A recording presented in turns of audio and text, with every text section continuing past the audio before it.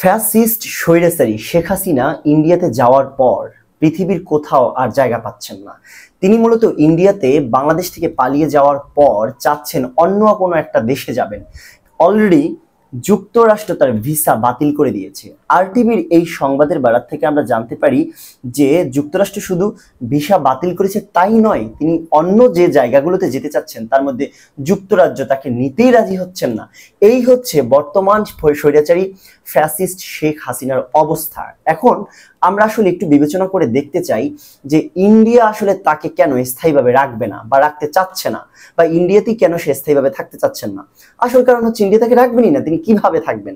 তবে একটা বিষয় আমরা জানি যে শেখ হাসিনাকে সমস্ত ধরনের সহযোগিতা দিয়ে ইন্ডিয়া আমাদের দেশে ক্ষমতা রেখেছে। 2008 সালে 1/11 যে সরকারটা প্রতিষ্ঠা হয় সেই সরকার প্রতিষ্ঠার পিছনেও ইন্ডিয়ার অনেক ধরনের ভূমিকা ছিল।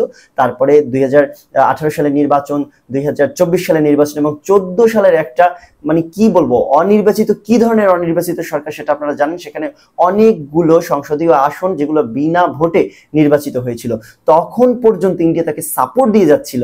কিন্তু সেই শেখ হাসিনা তাদের এত সার্ভিস দিল এবং তার মুখ থেকে সে বলেছিল ইন্ডিয়াকে যা দিয়েছে জীবনে কোনোদিন ইন্ডিয়া ভুলতে পারবে না। সেই হাসিনাকে তারা এই সময় একটু সাপোর্ট দিচ্ছে না, এই সময় তাকে রাখতে পারবে না? আসলে না।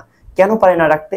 তার কারণ হলো ইন্ডিয়া যদি তাকে স্থায়ীভাবে থাকার ব্যবস্থা করে দেয়, পরবর্তী যে গণতান্ত্রিক সরকার ব্যবস্থা বাংলাদেশে আসবে তারা ইন্ডিয়াকে জিজ্ঞেস করবে যে এই ধরনের একটা ফ্যাসিস্ট সরকার তাদের দেশে পালিয়ে যাওয়ার পর কেন তারা আশ্রয় দিল।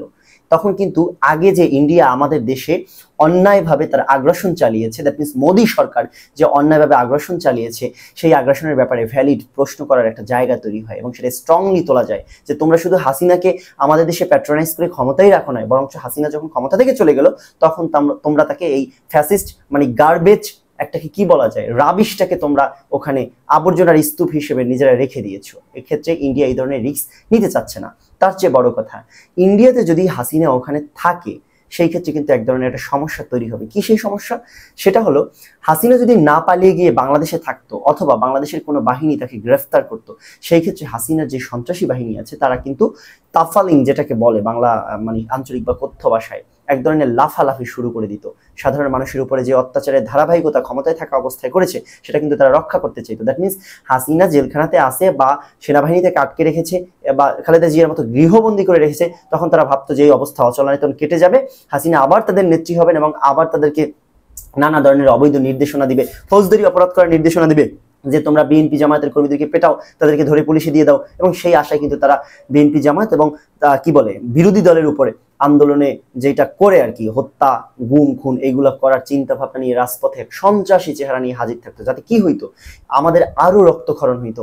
দুই দলের মধ্যে রক্তক্ষয়ী সংঘর্ষ এমন দিকে যাইতো যে লাশের পরে লাশ একটার পর একটা পড়তেছে, এই ধরনের অবস্থা কিন্তু আমরা দেখতে পেতাম। সেই কারণে শেখ হাসিনা আমাদের দেশে থাকা সম্পূর্ণভাবে অনিরাপদ। কখনোই একটা ফ্যাসিস্ট সরকার পতনের পর ওই দেশে ঠিক এই রক্তক্ষয়ী সংঘর্ষ ধারাবাহিকভাবে চলবে এই কারণেই থাকতে পারে না। পরবর্তীতে যদি আমরা চিন্তা করি যে পার্শ্ববর্তী দেশ ইন্ডিয়ায়, যেটা বললাম যে ইন্ডিয়া কেন থাকতে পারে না, ইন্ডিয়াতে থাকলে ঠিক এই ফ্যাসিস্ট হাসিনার যেই সমর্থক গোষ্ঠী আছে তারা মনে করে হয়তো ইন্ডিয়া থেকে থেকেই সে আবার কোনো কূটকৌশল চালবে এবং সেখান থেকে বাংলাদেশে সে আবার ফিরে আসবে। সেই ধারণাটাকে বজায় রেখে তারা কিন্তু আরো সেই শক্তিটা বাংলাদেশে থাকতে যেরকম পাবে তার থেকে কম হলেও সেই শক্তিটা পেয়ে যেত এবং তারা এই মুহূর্তে দেশের জনগণের উপর রুখে দাঁড়ানোর জন্য সেই সিদ্ধান্ত নিত এবং সেই রক্তপাত করত।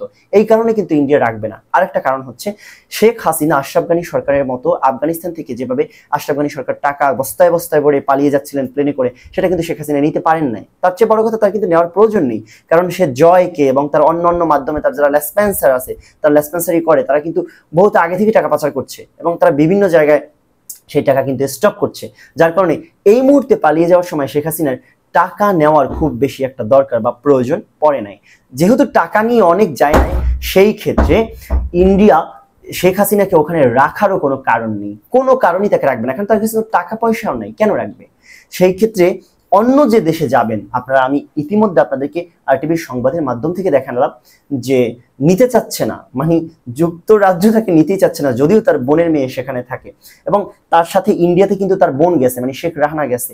শেখ রাহানা কিন্তু ওখানকার নাগরিক হওয়ার কারণে, যুক্তরাজ্যের নাগরিক হওয়ার কারণে সে কিন্তু ওখানে চলে যাবে, অল্প সময়ের মধ্যে তাকে রেখেই চলে যাবে এবং সে ওখানে পাবেন না। এখন আমরা আলোচনা করতে পারি ঠিক শেখ হাসিনার ঠাঁইটা কোন দিকে হবে বা সে কোথায় জায়গা পেতে পারে শেষ মুহূর্তে। সেই ক্ষেত্রে যেই সব দেশ তাকে সহযোগিতা করবে বা তাকে নিয়ে যাবে, তাকে অবশ্যই হতে হবে বিশ্বের কোনো পরাশক্তি।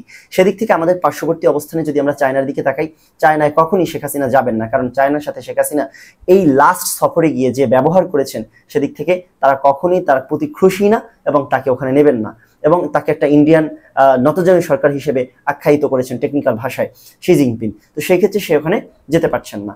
এবং রাশিয়ার কথা যদি আমরা চিন্তা করি, সেখানে একটা যুদ্ধবিধ্বস্ত অবস্থা, এবং শেখ হাসিনার সাথে রাশিয়ার ওই ধরনের কোনো রাজনৈতিক সম্পর্ক গড়ে উঠেছে বলে আমরা আসলে জানি না, বা আমরা সেটা ধারণাও করতে পারছি না যে সে ওখানে যাবেন বা তাকে আশ্রয় দেবেন। এবং যুদ্ধবিধ্বস্ত ওই অঞ্চলে আসলে রাশিয়াতে যাওয়ার সুযোগ নেই, তাহলে আসলে শেখ হাসিনা কোথায় যাবেন?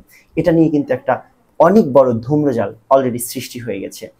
শেখ হাসিনা যেই স্বৈরাচারী কর্মকাণ্ড, যেই নিপীড়ন, যেই ডিক্টেটরি সিস্টেমে আমাদের দেশের মানুষের উপরে নির্যাতন চালিয়েছেন, তা কিন্তু দেশের মানুষ এখন অবশ্যই অধীর আগ্রহে দেখতে চাইবেন যে তার শেষ পরিণতিটা কোথায় হয়।